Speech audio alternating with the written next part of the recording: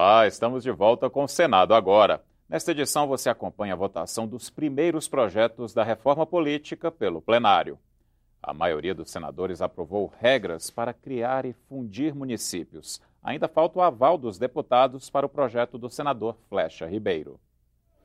É a terceira vez em menos de 2 anos que a proposta sobre novos municípios é aprovada pelo Senado. Os projetos anteriores foram vetados pela presidente Dilma Rousseff para evitar mais gastos. Vários senadores concordam com o argumento. Vai acarretar mais vereadores, mais cargos comissionados, mais gasto com máquina de Estado, mais gasto com prefeituras. Enquanto eu penso que o contribuinte, que o brasileiro gostaria, é de que os recursos dele, contribuinte, estivessem na educação, na saúde e na segurança. Não está provado cientificamente que isso ajudará e melhorará o desenvolvimento do país. Principalmente, senhor presidente, principal e especialmente em um momento de crise como este que nós vivemos. É inadequado, é inaceitável. Mas para 57 senadores, é hora de o Brasil ter mais municípios. 18 anos sem criar mais município no Brasil. Não é justo que um distrito de 20, 30 mil habitantes, a 300 quilômetros da sede do município, aonde ele pertence, não possa ter a sua emancipação, a sua independência. No estado de Mato Grosso, temos vários municípios onde a sede é mais de 200, 300 quilômetros daquele local que pode se transformar em município. Dos 8 milhões e meio de quilômetros quadrados do Brasil, 1 milhão e meio fica no estado do Amazonas. E nós só temos no Amazonas 62 municípios. O texto que vai para a Câmara exige estudos de viabilidade, consulta prévia à população e lei estadual para criar, incorporar, fundir e desmembrar cidades. Tanto os novos municípios quanto os que vão ser divididos terão que ficar com um número mínimo de moradores. 6 mil habitantes nas regiões Norte e Centro-Oeste, 12 mil no Nordeste e 20 mil habitantes nas regiões Sul e Sudeste. Os projetos da reforma política dominaram a pauta da sessão do plenário desta quarta-feira. O repórter Dante Ascioli acompanhou os debates e traz todas as informações. Dante? Olá, Hermes. Foram mais de 3 horas de debates. Os parlamentares aprovaram 4 dos 13 projetos que tratam da reforma política. As matérias tratam de temas como o fim das coligações nas eleições proporcionais, a criação de uma cláusula de barreira para que as legendas tenham acesso ao fundo partidário e ao horário gratuito de rádio e TV, uma quarentena para que juízes e membros do Ministério Público possam disputar eleições e novas regras para prefeitos que foram afastados por causa de crimes. Prefeitos que foram afastados por improbidade administrativa. O debate sobre a reforma política continua nesta quinta-feira com outros 2 projetos. O primeiro trata da contratação de funcionários em períodos de campanha e outro da divulgação de pesquisas em ano eleitoral. Os outros projetos da reforma política só voltam a ser analisados em agosto. Uns não conseguiram formar um consenso entre os senadores e outros tratam de temas que ainda estão em análise na Câmara dos Deputados. Confira agora a reportagem com os debates e as votações sobre a reforma política. O plenário aprovou mudanças nas eleições proporcionais. Hoje, os votos de todos os partidos que formam uma coligação vão para o mesmo bolo e a chapa que tem mais votos fica com mais vereadores e deputados.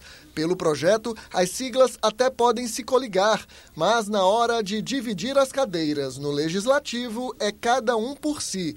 Na prática, é o fim das coligações. Só vai beneficiar os partidos grandes e os poderosos é que eles são financiados pelas grandes empresas. Fortalece os partidos de verdade e desestimula os partidos de um dono que pega a carona na coligação e acaba, obviamente, usurpando, surfando, sugando votos de outros partidos para se eleger. Outra mudança é no dinheiro usado para financiar as atividades das legendas. Pela regra atual, Todos os partidos registrados no TSE recebem recursos do fundo partidário, mesmo sem eleger nenhum deputado. O projeto impõe uma barreira para ter acesso ao fundo partidário e à propaganda de rádio e TV.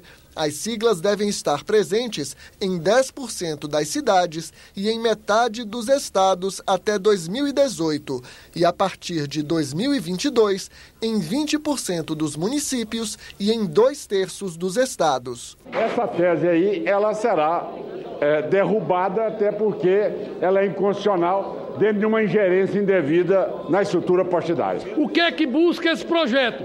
Estruturar os partidos para que os partidos não fiquem eternamente provisórios, para que se constituam democraticamente e se fortaleçam. Os senadores aprovaram uma quarentena de 2 anos para juízes e membros do Ministério Público que queiram disputar eleições. Me parece excessivo. Nós estamos afastando da vida pública pessoas que podem ter vocação para exercer um mandato eletivo com grandes condições de prestar contribuição ao país. É injusto uma disputa, sobretudo nesse momento tão midiático em que o Ministério Público se envolve, de disputar com aqueles que, à custa da execração da atividade política, possa se beneficiar dessa execração para se beneficiar colhendo os votos nas urnas indevidamente. Prefeitos condenados pela Justiça Comum por improbidade administrativa não poderão mais ser afastados pela decisão de um juiz isolado, mas de órgão colegiado do Poder Judiciário. Não pode um prefeito eleito pelo povo ser afastado de forma monocrática por um juiz. Alguns até que fazem isso por não gostar ou ter uma posição partidária contra o prefeito. Se quiserem, as legendas podem se unir para disputar eleições proporcionais, mas ficam obrigadas a manter o vínculo durante pelo menos 4 anos. Federação pode acontecer um dia, se os partidos ideologicamente defenderem princípios que estão no seu estatuto. Federação não dá com 30 partidos no país. Nós não temos correlação de forças na Câmara para aprovar o fim das coligações.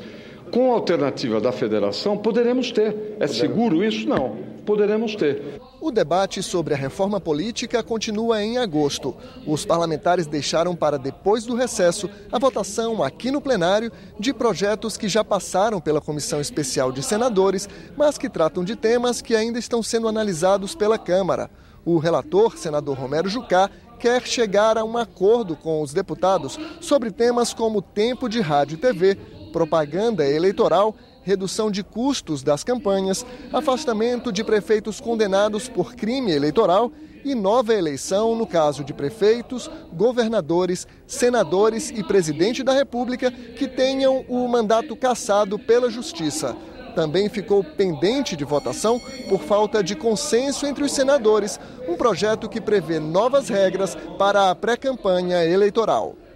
E a reforma política também está sendo debatida e votada na Câmara dos Deputados. Nesta quarta-feira chegou ao Senado um projeto que já foi aprovado pelos deputados. O texto permite a doação de empresas a partidos e reduz o horário eleitoral no rádio e na TV. A proposta será analisada em agosto.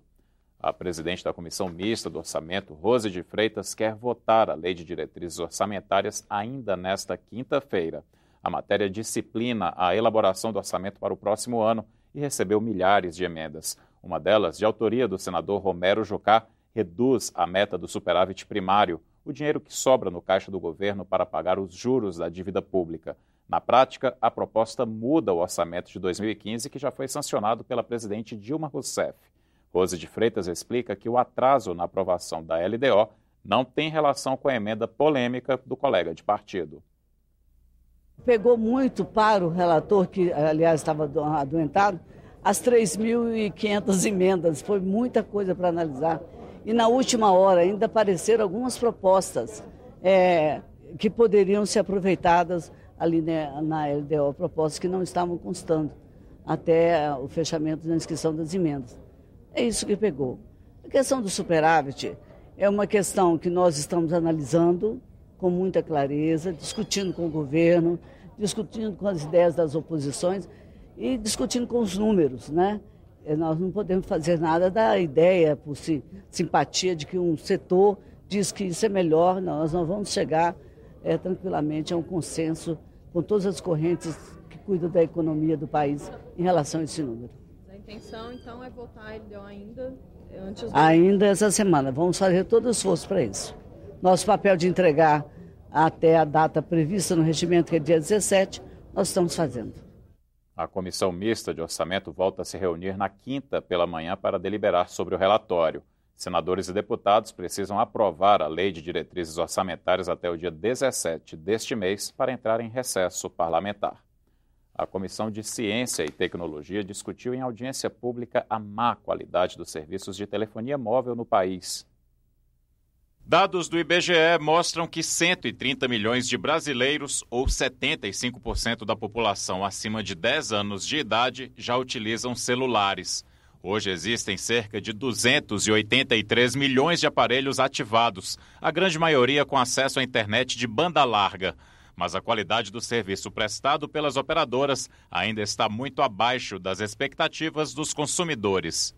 15% das reclamações que chegam na Anatel, aliás, que chegaram no Sindex, são relativas ao mau funcionamento da rede. 85% é de relacionamento com o consumidor. É uma conta que veio errada, é um serviço que o consumidor não pediu que veio na conta, mas a prestação do serviço está lá funcionando. O que podemos melhorar em termos de telefonia no Brasil do ponto de vista do consumidor?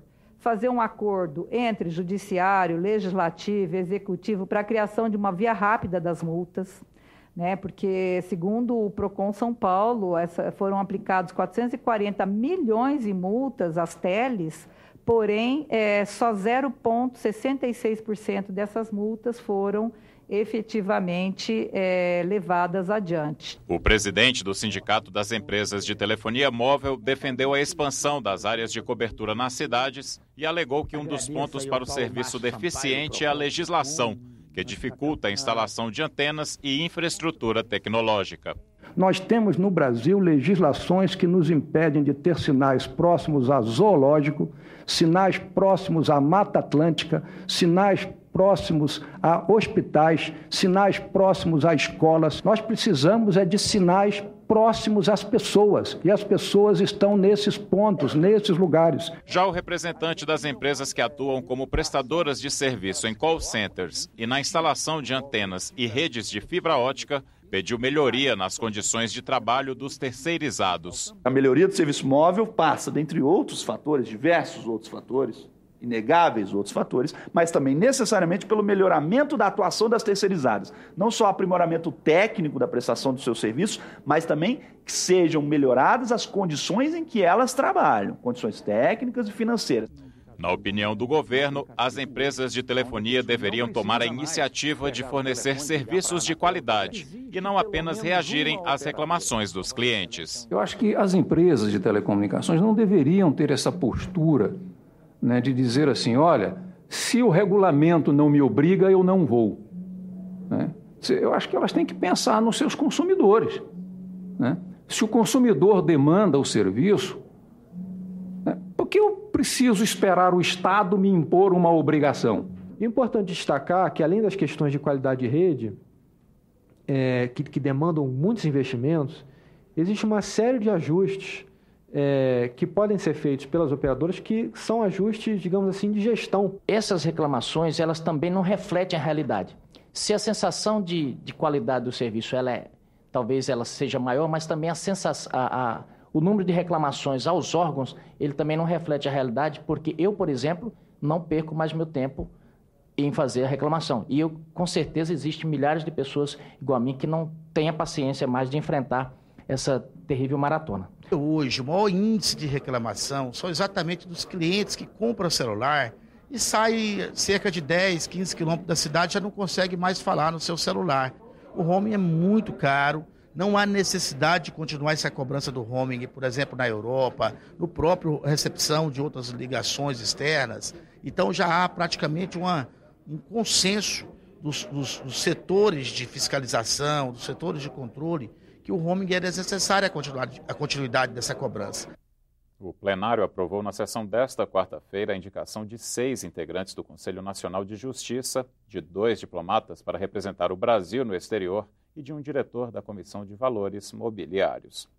Representantes dos 5 países integrantes do Mercosul estão em Brasília para definir o orçamento do Parlamento do Bloco para 2016. A previsão de orçamento para o Parlasul em 2016 é inferior a 2 milhões e 500 mil dólares. De acordo com as regras do mercado comum, o Brasil arca com 40% do total, Argentina e Venezuela com 20% cada, e Paraguai e Uruguai com 10%. O dinheiro é utilizado para a manutenção da estrutura da sede do Parlasul no Uruguai e a realização das reuniões mensais. Apesar de o valor ser pequeno, quando comparado com os orçamentos de cada um dos países membros, 4 dos 5 integrantes estão em débito. O único em dia com as contribuições é o Paraguai. A dívida soma 4 milhões de dólares e o Brasil deve a metade desse total. O temor dos parlamentares é que a permanência da dívida inviabilize o funcionamento do Parlasul. É a hora da verdade. Queremos saber se os governos realmente querem o Parlasul funcionando, se estão interessados na integração do Mercosul e do Parlasul ou não. O Senado agora volta a qualquer momento com outras notícias. Até a próxima.